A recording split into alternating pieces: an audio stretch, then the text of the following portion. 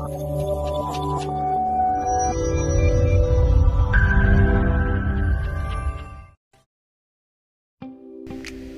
everyone! So ngayon guys is magluluto tayo ng beef tapa. So yan ang kakailangan natin. So lagyan lang natin yan siya ng minced garlic, tapos tuyo, tapos konting vinegar, 1 teaspoon of vinegar, tapos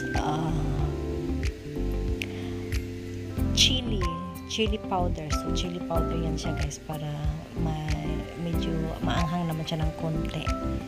Tapos lagyan din natin siya ng black pepper. Tapos ihalo din natin dyan guys ang pineapple juice. So yan ang gagamitin natin pang marinate sa ating beef tapa. So i-marinate lang natin yan siya ng at least 2 hours, pero sa akin ginawa ko siyang 24 hours. And then dinagdagan ko na rin yan siya ng magic sarap na panlasa natin guys, para mas malilamnam yung ating tapa. So prepare na natin yan siya, tapos ilagay natin yan siya sa ref, tapos lulutuin natin yan siya kinabukasan na.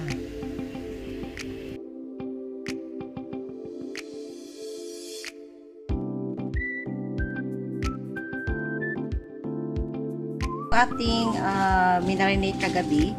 So ngayon is natin to siya. Painit ako ng kawali. Then after is lagay na natin yan siya dyan. So yung oil later na natin yan siya ilagay. After, so bali kumbaga anuhan muna natin ito ng medyo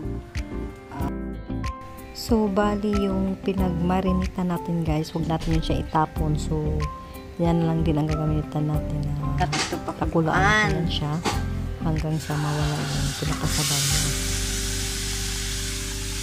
So meron na yan siyang timpla lahat.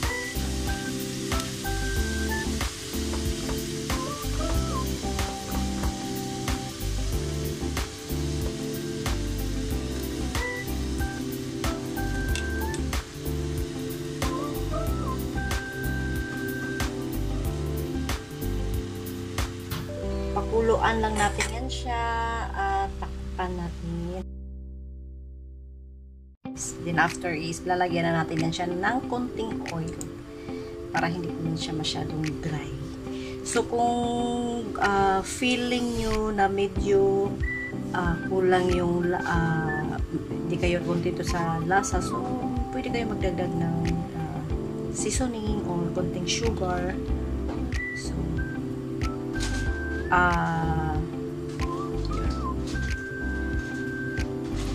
So para ma-achieve nyo yung lasa na gusto nyo guys, so kung feeling nyo na medyo kulang yung lasa, so pwede kayo magdagdag ng sugar, kunting sugar no? Or kasi itong pineapple is medyo hindi siya masyadong matamis. So, pwede ka rin kayong magdagdag ng seasoning if parang feeling nyo kulang yung lasa. So, pakuluan lang natin yan guys ng at least 30 minutes para maluto din yung kanyang kanin. So, again, kung hindi kayo parang kontento sa guys, pwede kayo magdagdag ng mga seasoning dyan, or ako nilagyan ko yan siya ng konting sugar kasi parang hindi siya masyadong yung sa medyo siya maasim kasi dahil sa pineapple juice na nilagay ko. So takpan na natin siya and then wait until this 30 minutes. So yun guys, medyo na yung tubig niya na konti na lang. So sakay tayo maglagay ng kahit 1 tablespoon of oil para hindi lang talaga siya dry, para hindi siya dry kainin ang ating tapa.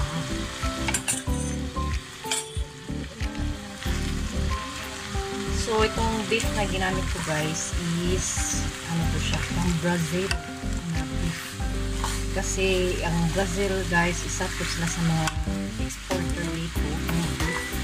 Lalo sa pork, sila yung mga nagsusupply ng mga kain dito. So, yung beef nila is masarap.